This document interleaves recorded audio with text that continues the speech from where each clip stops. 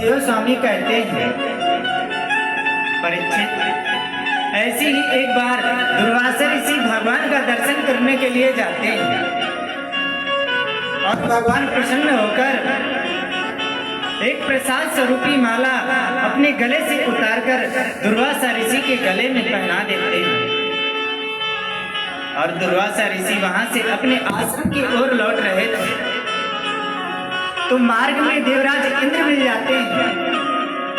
तो जैसे देवराज इंद्र ने दुर्वासा ऋषि के चरणों में प्रणाम किया तो दुर्वासा ऋषि प्रसन्न होकर वही प्रसादी माला अपने गले से उतारकर देवराज इंद्र के गले में पहना देते और इंद्र ने क्या किया,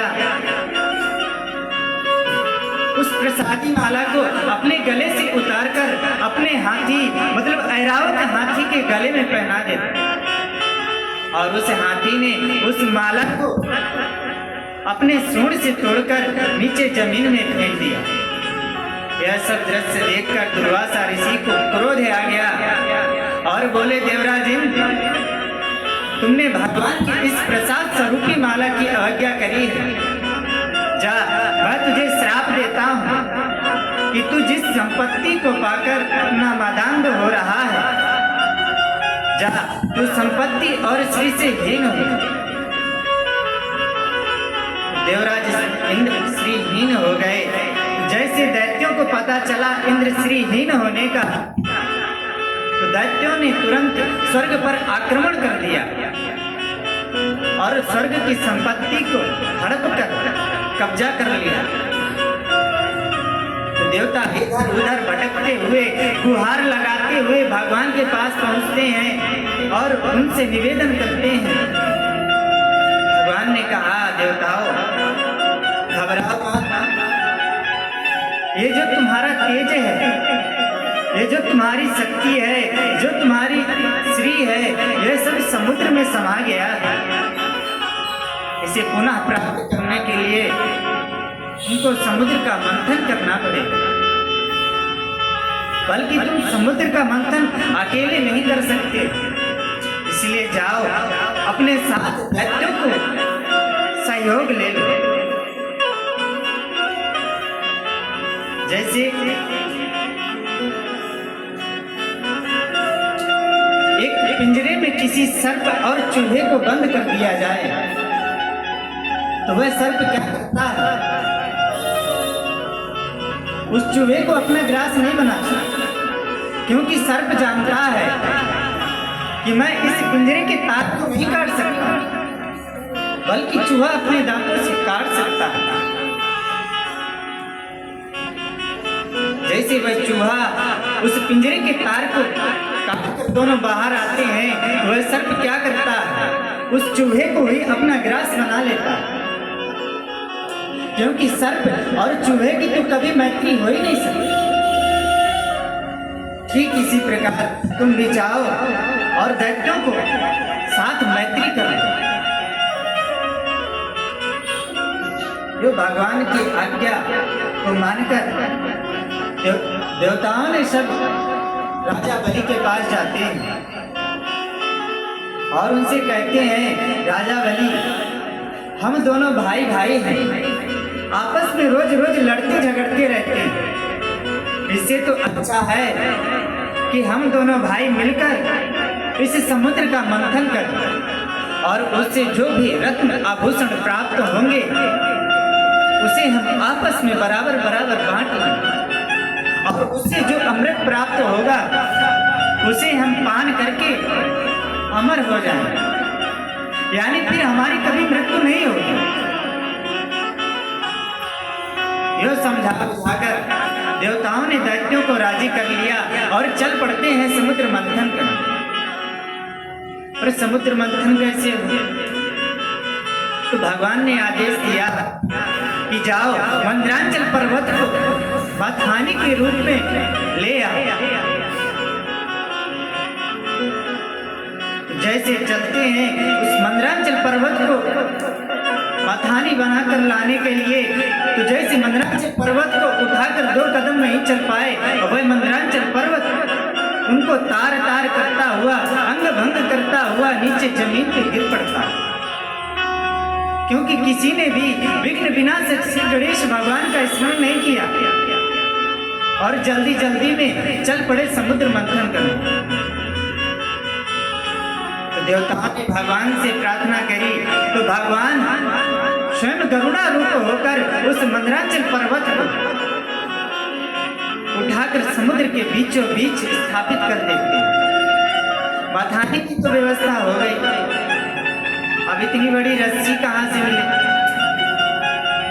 तो देवताओं ने सोचा कि वासुकी नाग को रस्सी बनाकर ले आते हैं। जैसे वासुकी नाग के पास जाते हैं और कहते हैं महाराज आप हमारी रस्सी बन जाओ, क्योंकि बिना रस्सी के तो मंथन हो नहीं सकता।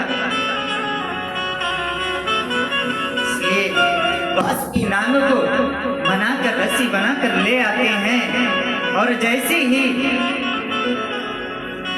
उस मंदराचल पर्वत को लपेटा गया वासुकी नाग को, तो वह पर्वत तुरंत नीचे डूबने लगा,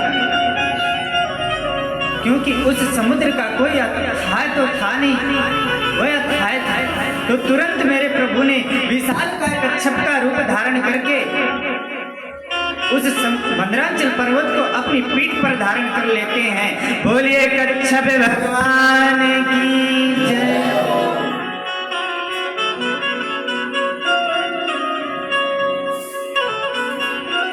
अब तो सारे देवता वासुकी नाग के पूंछ को पकड़ लेते हैं और दैत्य मुख को पकड़ लेते हैं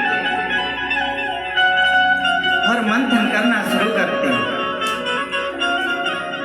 कुछ क्षण में ही इस सृष्टि को दग्ध कर देने वाला विशालकाय विष उत्पन्न हुआ, जिसकी विषाग्नि से सारे देवता और दैत्य जलने लगे।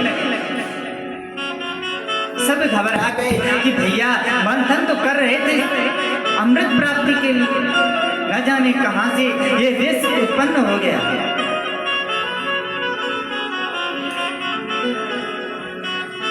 तो देवताओं ने सोचा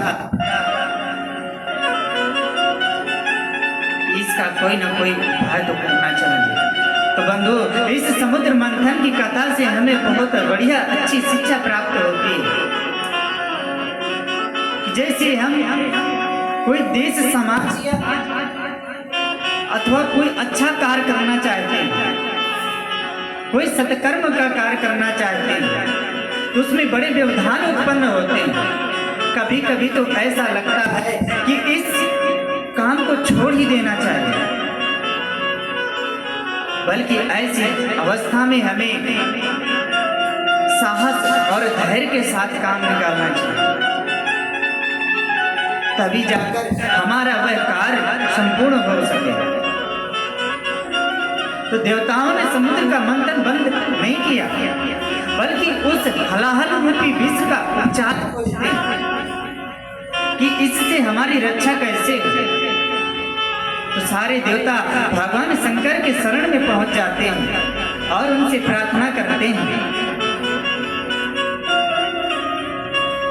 कि देव देव महादेव भूतात्मन भूत भावना त्राहिना शरणापन्ना त्रैलोक दत्त भाविसात्।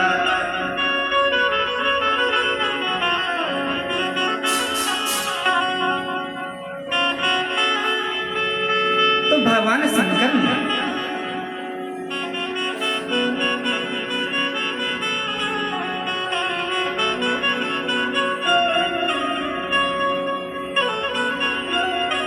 सोचा, माता पार्वती से कहती हैं कि हे देवी, ये सारे देवता जहर पीने के लिए कह रहे हैं, क्या पी लूं? तो माता पार्वती ने भी स्वीकृति प्रदान कर दी, क्योंकि माता पार्वती तो जानती हैं कि भगवान भोलेनाथ तो सारे जगत के माता पिता हैं। जगता पितरौ वंदे पार्वती परमेश्वरौ। क्योंकि भगवान भोलेनाथ तो जगत पिता हैं, इसलिए सारे जगत की रक्षा करने के लिए आज माता पार्वती ने भी सुमति प्रदान कर, क्योंकि माता पार्वती और भगवान शंकर के प्रभाव को जानती हैं, क्योंकि भगवान शंकर तो स्वयं महाकाल है, इसलिए इन्हें इस कालकूट विष से कोई फर्क पड़ने वाला नहीं है। तो तुरंत भगवान शंकर ने अपने हाथों की अंजलि बनाकर उस भयंकर कालकूट विष को पान कर जाते हैं। ततः करतली कृत्य व्यापि हलाहलं विषम् अवक्षयन् महादेव कृपया भूत भावना। पर भगवान शंकर ने सोचा कि इस विष को यदि मैं अपने हृदय में उतार लिया तो मेरे प्रभु को, मेरे आराध्य को बड़ा कष्ट होगा। तो आज भगवान शंकर ने उस विष को अपने हृदय तक नहीं पहुंचने दिया, रा का उच्चारण करके उस विष को पान कर गए और मां कहकर भगवान शंकर ने अपने मुख को बंद कर दिया। मतलब रा और मां शब्द के बीच में ही भगवान शंकर उस विष को पान कर गए।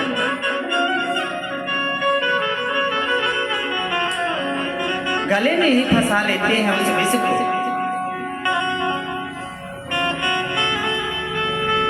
और आज उस विष को गले पर रोकने से आज भगवान भोलेनाथ का कंठ पूरा नीला पड़ गया। और आज मेरे भोलेनाथ का एक और नाम पड़ गया, भोले नीलकंठ भगवान की। नाम प्रभाव जान शिवनी को, कालकूट फल दीन हमें को। अब तो सारे देवता भगवान शंकर जय जयकार करते हुए पुनः समुद्र मंथन के लिए पहुंच जाते हैं। अब की बार जैसे ही मंथन करना शुरू किया देवताओं ने, तो अब तो तुरंत कामधेनु गाय प्रकट हो गई। तो उस गाय को ऋषियों को दे दिया गया और पुनः मंथन करने पर चंद्रमा प्रकट हो गई। तो उस चंद्रमा को भगवान भोलेनाथ के मस्तक पर विराजमान कर दिया गया और आज उस चंद्रमा को अपने सिर पर धारण करने से भगवान शंकर चंद्रमौली बन गए। उसके बाद पुनः मंथन करने पर उच्चैश्रवा नाम का एक दिव्य घोड़ा प्रकट हुआ। तो उस घोड़े को राजा बलि ने ले लिया। उसके बाद पुनः मंथन करने पर ऐरावत नाम का हाथी निकला। तो उसे इंद्र ने ले लिया। कौस्तुभ मणि निकला तो भगवान नारायण के कंठ में स्थापित कर दिया गया। उसके बाद ब्रह्मादिक अप्सराएं निकली। तो उस अप्सराओं को स्वर्ग की शोभा बढ़ाने के लिए भेज दिया गया और पारिजात नाम का एक दिव्य वृक्ष निकला, उसे भी स्वर्ग पर स्थापित कर दिया गया। अब की बार पुनः मंथन करने पर उस समुद्र की अगाध जल राशि से चमचमाती हुई भगवती लक्ष्मी का प्रादुर्भाव हुआ। ततश्च विर्भूत साक्षात् श्री रमा भगवत्परा रंजयन्ति दिशा कांत्या विद्युत सौदामनी यथा। माता लक्ष्मी के प्रकट होने से चारों तरफ दिव्य प्रकाश छा गया और माता लक्ष्मी के दिव्य सौंदर्य और माधुर्य को देखकर सारे देवता और दैत्य सब मोहित हो गए। मतलब जो भी माता लक्ष्मी के अद्भुत सौंदर्य को देखता वह देखता ही रह जाता। अब तो माता लक्ष्मी को प्राप्त करने के लिए सब उनके पीछे पीछे दौड़ पड़ते हैं। पर माता लक्ष्मी सभी में कोई न कोई दोष देखकर उन्हें ठुकरा देती है, क्योंकि माता लक्ष्मी तो उसी का वर्ण करती हैं जिसका ध्यान लक्ष्मी की प्राप्ति नहीं, बल्कि उनके सत्य संकल्पों को पूरा करने के लिए जो कार्य करते रहता है, फिर वास्तव में लक्ष्मी उसी का वर्ण करती है। और ये गुण तो केवल भगवान नारायण में ही है। इसलिए तुरंत भगवती लक्ष्मी सबके देखते देखते भगवान नारायण के गले में वरमाला पहना देती हैं, उन्हें वर्ण कर लेती हैं। बोलिए लक्ष्मी नारायण भगवान